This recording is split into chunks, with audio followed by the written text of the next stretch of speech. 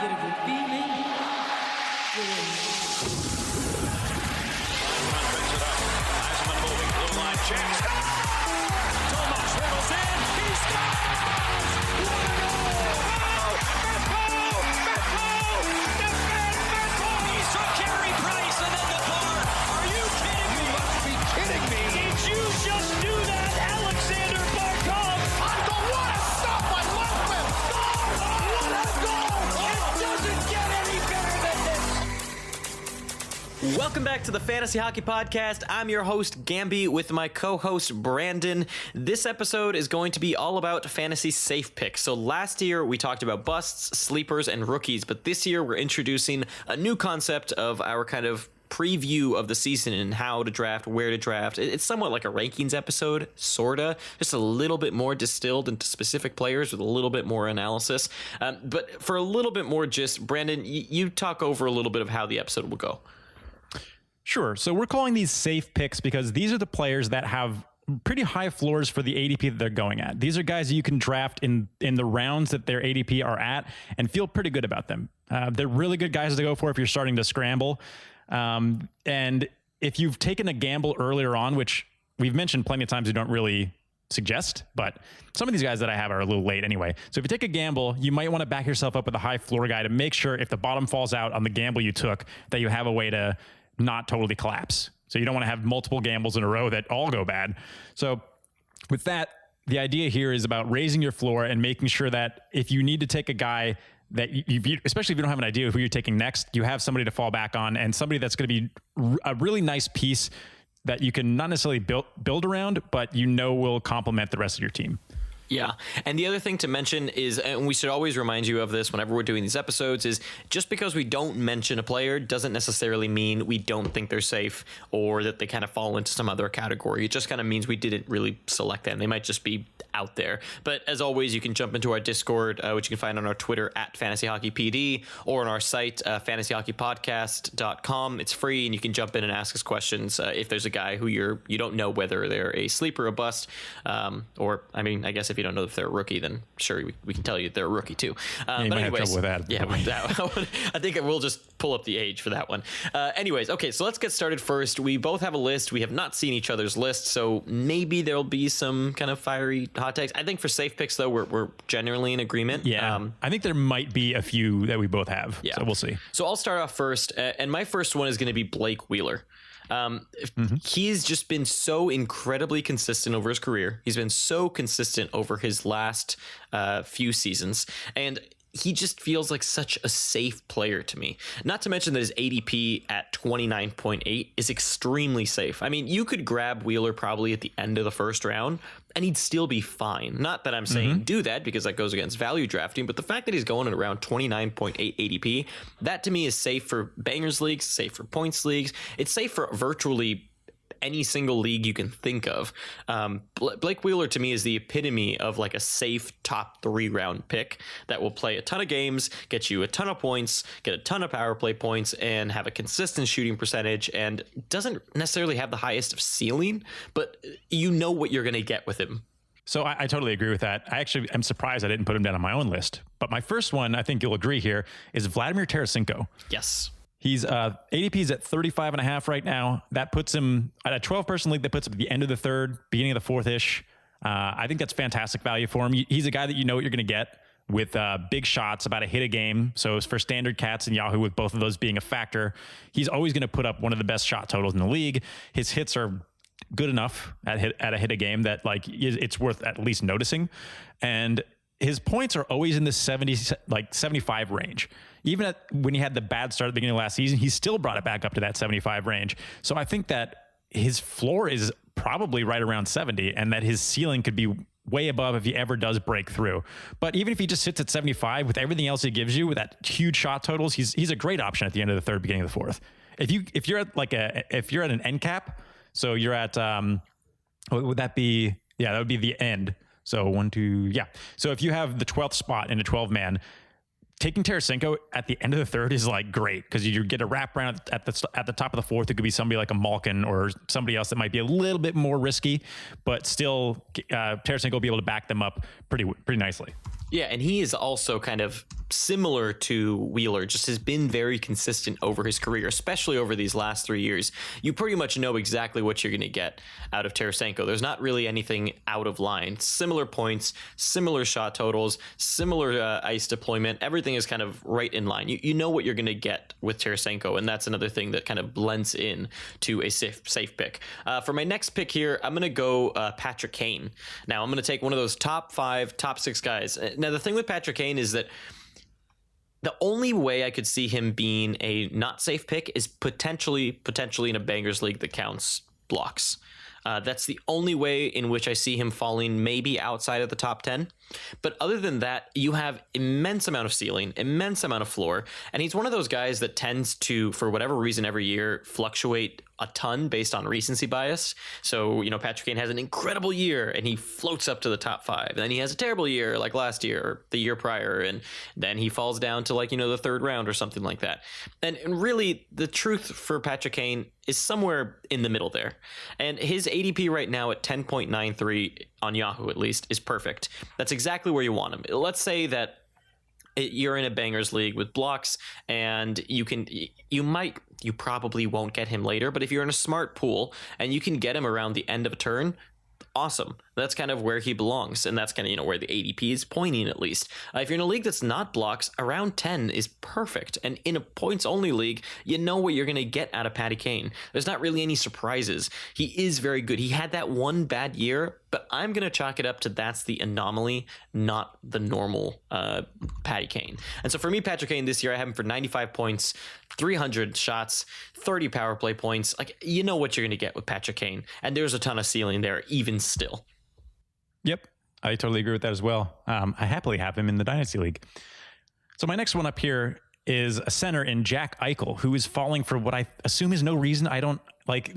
He went way higher than this last season. He didn't have a bad season, so I get that scoring went up, and maybe that's why people are a little less high on him. But at 39 ADP right now, that puts him a little bit behind Tarasenko even. So puts him in the beginning of a fourth in a 12-man league. That's great value. Again, he's got stuff you can rely on in big shot totals.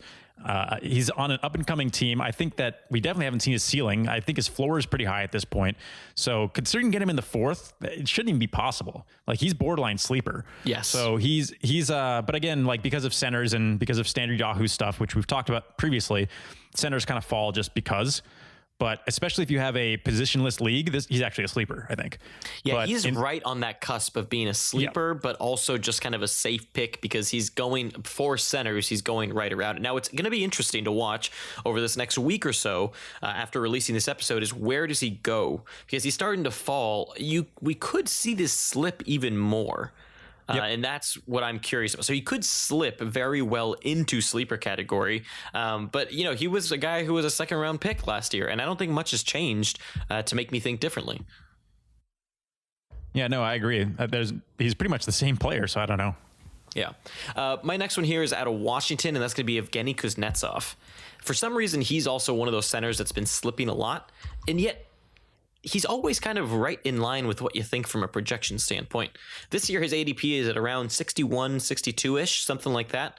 And that's right around value for Kuznetsov. Give or take maybe 10 ranks there. That's around right where you want Kuznetsov. And the fact that he's falling that far, and he's such a power play specialist, it will get you the points. He has the upside as well of potentially playing on the top line with Ovechkin every once in a while. Should be playing there. It seems like right now in camp, at least, Backstrom is on the Ovi line to start. So that's one thing to watch. But of course, you always have that upside of him being moved to that. But even then, you just have so much power play upside that he still reaches his potential regardless. I have him for 76 points this year with 26 power play points, almost 200 shots.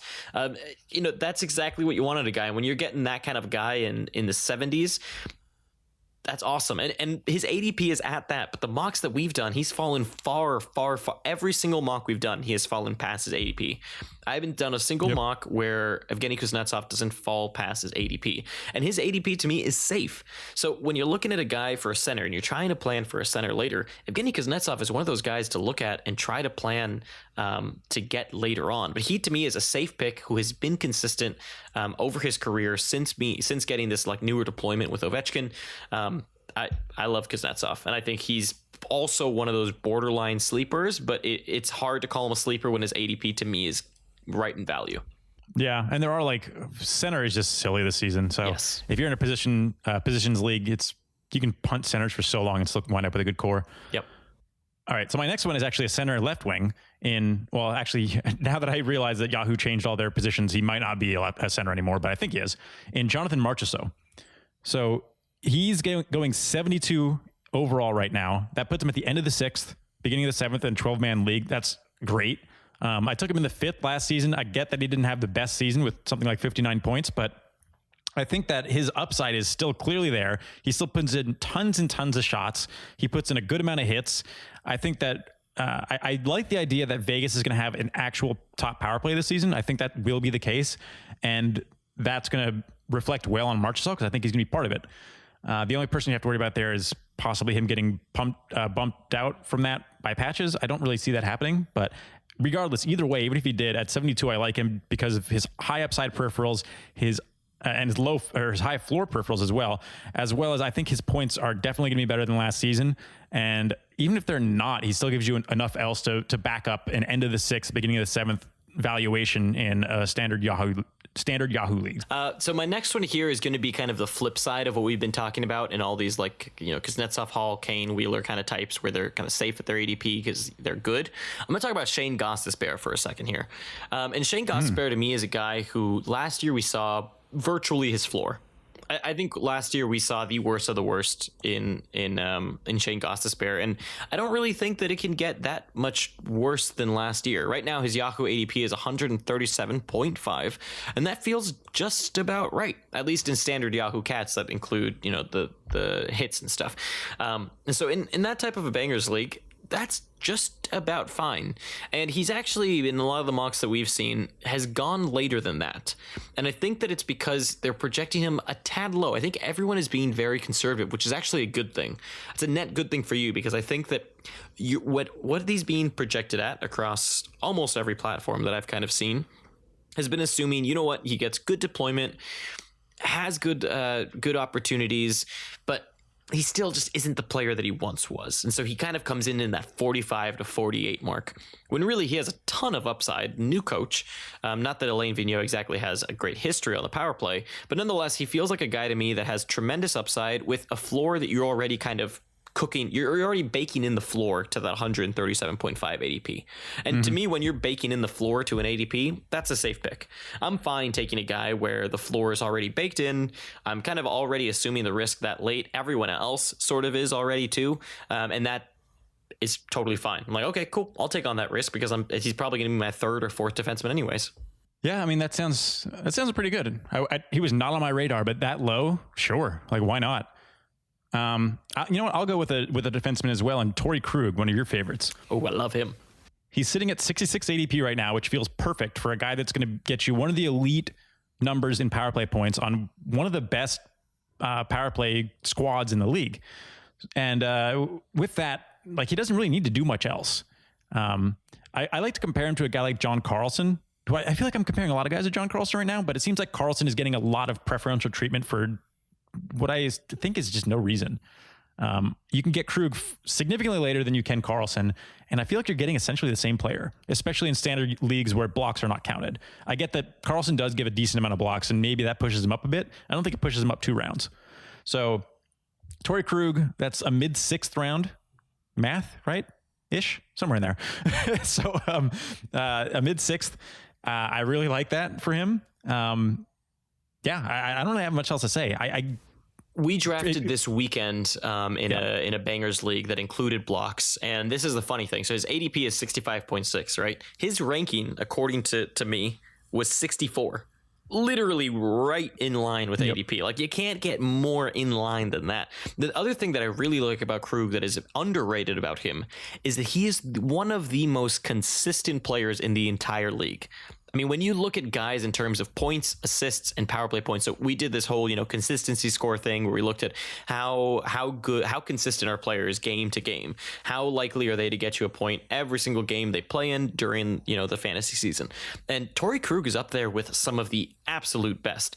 He's definitely in the top 10. He gets an A+ rating from me, and that also lends itself very well to how good he is. And not John Carlson is also up there, but from a value perspective, I like your take that in a non-blocks league or in just a points league, for example, Torey Krug isn't that far off from John Carlson. Right. Okay, then for me, I'm going to go to one of your favorite guys next, Ricky Rax. Ooh. I can't believe we haven't crossed over yet, but I didn't have him on my list, so this is surprising. I know. We thought we were going to cross over a ton, and instead we haven't. So Rickard Rakell this year is a left wing, right wing on Yahoo. His ADP right now is 118.2. He does get that center spot on Fantrax if you're using that Fantrax for whatever that's worth. Yes, he does. So last year was a tough year for Rakell. We've gone over this kind of in the Anaheim episode. Extremely low shooting percentage, 35% dip over his 3-year average, 23% dip in his secondary assist rate, but his shooting stayed just about the same, which is a really, really good sign. So the fact that his shooting is the same, it lends me to believe that there is something with the system. When you look at Anaheim's threat levels on HockeyViz from last year, it's actually points to them not getting a lot of good opportunities. And as we're learning now with new analytics, we do know that shot position, shot pre-movement on the shot, how many screens, all this kind of stuff really impacts your quality of a shot. So it's not as simple as just getting a shot off. It's how did the pass come to you, all this kind of stuff, right? So something leads me to believe that there was something there, that Anaheim was just really bad, and that didn't help Rickard Rakell at all. And so right now I feel like he's another player that's a little bit similar to Gostisbehere, where his floor is already being baked in my opinion. I think that he's a pretty safe player for a bounce back. And he's not necessarily a sleeper, because somewhere in between last season and his ceiling is kind of where he's at right now. Right. And so he's not necessarily a sleeper, because to call him a sleeper would say I 100% believe in his ceiling. And also, if his ADP was a little lower, he'd be approaching sleeper status. But again, he's one of those guys that's on the cusp. Yeah, and so right now I have him 56 points, 200-ish shots, 17-ish power play points, somewhere around there. But again, he's kind of like Torey Krug in that the league that we were in this weekend, again, 118 ADP. His rank was 122, so literally right in line with that rank. And that was in a bangers league that also counted blocks, so PIMs, shots on goal, power play points, goals, assists, that kind of thing. But literally right in line. And you remove blocks and PIMs from that equation, he rises up the ranks. Yeah, so he can become a sleeper real quick. Not necessarily in a points league, points only league, but definitely in a bangers league he can kind of rise up. But from an ADP perspective, he's safe in virtually every type of league. You can assume that floor to me is already baked in. Yep. So I'm going to talk about a guy that I don't know why, but I feel like this player gets faded more than just about any player by a lot of people for no real reason. And that's Viktor Arvidsson. He's sitting at 88 ADP overall right now, which puts him at, what is that, a 7th? Am I stupid or something? No, it's 8th, at the beginning of the 8th. Right? Yeah. No. Anyway, whatever. I think it's mid-7th. So a mid-7th for Viktor Arvidsson is still fine. Either one of those have been fine. But if you can get him in the mid-7th, he's a guy that's going to give you a ton of shots. He was on his best goals per anything statistic last season, which of course was part of an inflated shooting percentage, and you can't really carry that over. But he set a franchise record, which is sad, for the Nashville Predators with 34 goals, I think it was, in something like 60 games, maybe less. That rate is not going to continue, but he's a goal scorer, and that's what Nashville needs. And he's probably going to have the most goals on Nashville. I don't think that's a stretch to say. They've got a new power play coach, so hopefully they can figure out something to do with him on the power play, which is where he clearly struggles. He had nearly as many points shorthanded as he is on the power play. If that gets reversed even a little bit, if he winds up with even something as small as 15 power play points, you're looking at a 70-point guy. So maybe even more. So I do like him at that level. You know you're going to get a ton of shots. You know you're going to get a ton of goals, which are hard to come by when you get that far down the draft. And hopefully he's better at math than I am. But I assume that his point totals are going to be pretty well in line, and he's going to have more goals and assists most likely. I like that one a lot. I think a lot of people are sleeping on Arvidsson. I think you know who he reminds me of a little bit from, like, who people compare him to in their heads when they're drafting? Jeff Skinner. Yep. Except he's better than Skinner. Yes, I'd agree with that 100%. I think he's better than Skinner. And I think a lot of people also think he's a flash in the pan, and I don't think he is. No. Okay, and then I want to move into a goaltender here. A goaltender that I feel like we talked about him last year as well, getting faded, and I wasn't really completely sure why. And that's Devan Dubnyk. So for whatever reason, people sleep on Dubnyk all the time. And over the last 5 years that he's been with Edmonton, he has a .920 save percentage, a .232 goals against average, and his goals saved above average have been positive every single year in Minnesota. 22.82 the first year. Of course, that was that year that he got traded from Arizona and went just insane. Then he had a 5.73, 18.41, 10.26, and 6.18 last year. He was great last year. He had a .913 save percentage and a .254 goals against average. The goals against average is actually really, really good, and that has a lot to do with, one, he is normally at average or slightly above average in high danger saves, and on top of that, Minnesota is just good at kind of suppressing shots and suppressing chances for Dubnyk. The other thing that they play amazing in front of him. Yeah, I don't think they get enough credit for it. No, and the other thing that is crazy about Dubnyk is he starts an insane amount of games. In the last 4 years, he started 67, 65, 60, and 67 last year. Like, there's all this talk, and I've seen so much talk about, oh my God, like the 60-star goaltender is going away. And you know what? Yes, to an extent it is. And yet Devan Dubnyk is staring you at the face with a 73 ADP. Like, yeah, I get it. You complain all you want about a goaltender being voodoo and not getting starts or whatever, and yet there's one right there sitting at 73 ADP that is going to get you all those starts, average or above average. For him too, yeah. He's especially in a league that counts just averages. Maybe if you count, maybe if you're in a points league that has goals against, then maybe. But even then, I don't want to say. This might... You can get goals against. I don't think he's going to get that bad in goals against. No. It's just going to be... He's not going to get a ton of wins probably, but whatever. I don't mean this in a talent-wise perspective, but he is a budget John Gibson. Because, it's like the reverse, though. Yes. He's like a not great goalie, but the team is so good in front of him, his numbers are going to be sterling anyway. Yes. And whereas John Gibson his has volume is just so high. Basically garbage bags in front of him and has to do it himself. But. Yeah, I mean, the thing that John Gibson and Dubnyk have in common is that they just save so many shots due to volume that they're worth it in almost every points league that counted saves. And so Devan Dubnyk is similar to there. And so, this is where, and I won't get into this a lot, but this is where sometimes I have a gripe with tiered goaltender ranks, because sometimes I feel like tiered sheets, especially with goaltenders, really ignore volume of shots. Like, you can put Dubnyk maybe in tier 4, tier 5, but that doesn't really give you a sense of just how valuable he is in your league. There's a good chance that Dubnyk is a top 5 goaltender in some leagues. Honestly, he really could be. And putting him in like a tier 5 doesn't do him justice when he should be a goaltender you should be eyeing that potentially you want to reach for.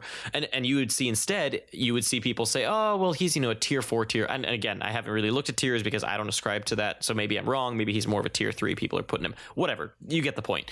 The idea is more, he is a goaltender. There are goaltenders out there like a Carey Price, like a Devan Dubnyk, like a John Gibson that have stats that are not necessarily voodoo, but you get an idea of how many saves they're going to get. You have a good idea of what their, at least average save percentages are going to be. They're going to start a lot of games, and potentially they could be more or less valuable depending on your league settings. And it's worth knowing that, because then you can grab them. And Devan Dubnyk to me is perhaps the safest goaltender you can get this year, especially at the value that he's going at. Yeah. So I've got 2 goaltenders I'm going to throw back at you. You're going to like both of them, I think. The first one is Matt Murray at 65.5. Yes. So again, you're looking at, whatever round that is. Well, I don't know why I'm struggling with this today. That's a mid-6th.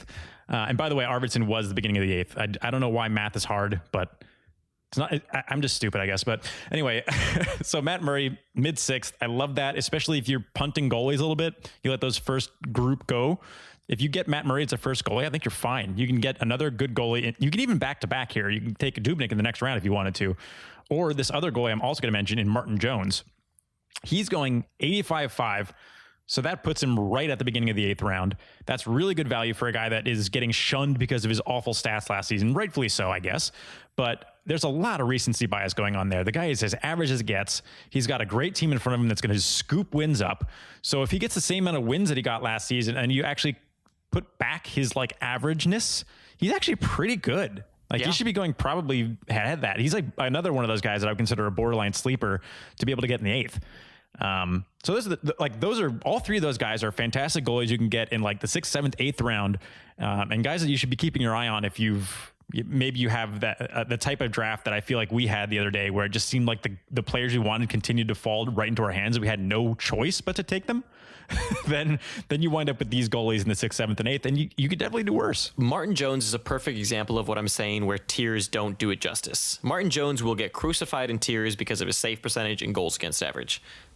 I can nearly guarantee it. Haven't looked at him, but I can nearly guarantee it. So maybe I'm wrong there, and I will happily be proved wrong that he's higher in tiers. But he's one of those guys that's two things can happen here.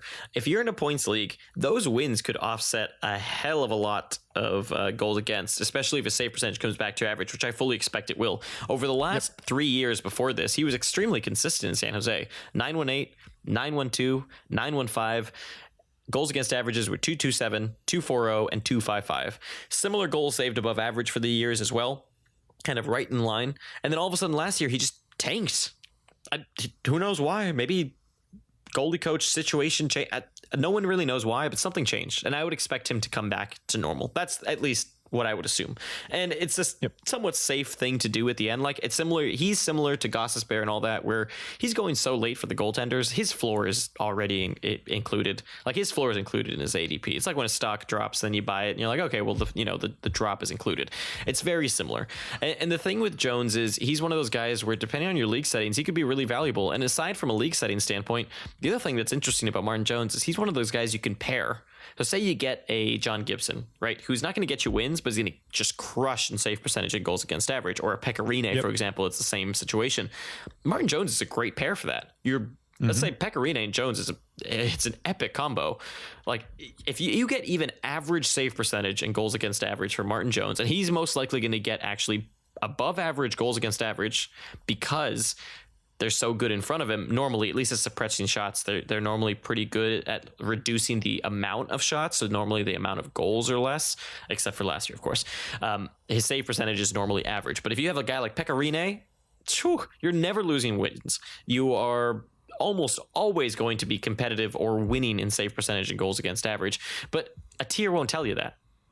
A tier doesn't tell you that. It just tells you, goalie combinations is an interesting kind of tidbit that I feel like doesn't get a lot of attention in general. Yes. How to pair proper goalies up and stuff. But and so look, I'll end that with tiers are fine if you just don't care about really getting into the weeds with goalies. But I'm of the opinion that we should move past this goalies are voodoo stuff and try to figure something out. I think it's a cop-out to say that they're just voodoo and not use any strategy with them, when I think that there's a lot of advantages to be had if you can look past that and try to figure it out. And you know what? If you fail, you failed, but at least you tried. Okay. I'm going to make my own tiers just to make you mad. Go for it. I won't use them. Okay. So my next one here that I'm going to talk about is one that was last year a sleeper, and this year to me is going kind of right in line given how low centers are going. And that's Ryan O'Reilly on the Blues. Okay. So yeah, Ryan O'Reilly's right now ADP is 106.2, which actually feels right about in line for what he is, especially he's if you're a sleeper counting, if you don't have positions. Yeah, if you don't have positions, he's 100% a sleeper, especially if you're points only, or if you count face-off wins, he's 1,000% a sleeper. We said this last year, but in face-off wins, he jumps up probably into the top 4 rounds, because he's the best face-off guy in the league. Yes. The only guys that's like really that close are like Barkov and Bergeron probably. Yeah, but those are the only guys that even kind of get near him. He's also a really, really consistent player. Based on our consistency metrics, he's super consistent game to game, which is good because he'll produce for you nearly every time you put him in. And for this league that we were talking about, I'll just keep it kind of consistent. But in this league that we were talking about this weekend, where we drafted with blocks, he was ranked 101. His ADP is 106, so right in line. And last year, he actually finished 83rd. So the regression has been taken into account. And so for me, I think 101 is kind of right in line as far as a rank with a blocks league, and 106.2 feels just about right with the Yahoo standards. So if you count face-off wins, up that a little bit. If you're in a points-only league, up that a little bit, or points-heavy league, I should say, up that a little bit. But to me, Ryan O'Reilly feels like just a very safe center that you can get late, maybe as a second, or let's say you have a util spot center and you want to do something like that. I like him a lot. I've got a couple more here. My first one is right in the same range as Ryan O'Reilly, a familiar face for some reason for me, and that's Mike Hoffman at 110. He seems to still be the sort of dark horse for some reason on Florida. I know that he was over-indexed in power play points. We've talked about him, his shooting percentage being a little high, his goals being a little high. But the fact that he's going to be able to play with Trocheck for an entire season, he's got left wing, right wing, which is really great this late in the draft when you're probably looking for a little bit of versatility. So he's in a great spot at 110. He's going to be able to fill your categories out with good shot totals, good power. He's probably going to be the best power play guy at that point, honestly. I don't think there's going to be anybody else that far down that's going to get you 25 plus. And I think he's going to get you 25 plus. So that's hard to find. He's going to be about even goals and assists or so, which is great that late again. And 70 might be high, but I feel like somewhere in that 65, 70 range is still where he's going to find his home. And that's perfect that late. So again, like, especially if you're finding yourself a little down on power play points, he's going to help you out in shots. He's going to get about 3 a game, which is great for that late. He's going to get you your power play points. He's an excellent choice at that range. He's not far enough to be a sleeper, but he's right on the cusp. Yeah, he's right there on being a sleeper. For reference, that league that we were talking about last year, he finished 32nd. So the ceiling, again, he had crazy power play points last year, but and then now he's going 112 in that league. He was ranked 81 per my my projections and everything. So he's right there, but he's on the cusp of being the sleeper, but just not quite. And that left wing, right wing eligibility, like you said, is pretty good. My last one is ADP 116.5, and it's Jakub Trouba. We had the first name the same. Oh, we overlapped on first name. Yeah. What, do you have Voracek or something? Yeah, I have Voracek. Yeah, okay. So Trouba, especially if you have blocks, it's just ridiculous. But yeah, assuming no blocks, assuming Yahoo standard, we saw 50 points out of him last season. I don't know if he quite gets there. I think I did project him for around the same, maybe a little higher, because he's going to be top power play for an entire season. And we've seen him be a very good power play quarterback when he gets the opportunity to do so. So 116, that's pretty late for a guy like him. You're looking into the double-digit rounds. And that's to be able to get him that late. He's going to be your second or third defenseman. That's great. That's great, especially given his upside. His floor's super high. He gets hits. He gets shots. His shot totals aren't amazing, but at that late, you're still looking for defensemen that have some sort of upside, and I think he's got that. So I love Trouba at that distance, and he's a guy that I wouldn't call him a sleeper yet, but he could absolutely make up a lot of ground on a lot of other players this season. I also honestly, to me, I think that the thing with Trouba that has surprised me the most is I feel like of all the defensemen, they've been the most conservative projecting Trouba. I feel that there's immense upside on his projection. I mean, right now, in my blending of projections has him at 46. I feel like that's low. I think that there's a lot of upside there, being top power play, top pairing on the Rangers with Panarin. And on top of that, you have the blocks and the shots. In a blocks league, I think Trouba is 1,000% a sleeper, but he's not quite a sleeper in points leagues or in non-blocks leagues. In blocks leagues, he's kind of like Ryan O'Reilly, right? Ryan O'Reilly is right around value. As soon as you add faceoff wins, he jumps up to some of the top numbers in the league. It's the same thing with Trouba. You add blocks, and all of a sudden he's top 40 player. And then that's not even counting kind of the upside. But again, I think he's one of those guys where the floor is kind of already baked in, if not already being projected at floor. And so I feel very safe. Trouba is going to be, to me, this year, one of my absolute top targets to get.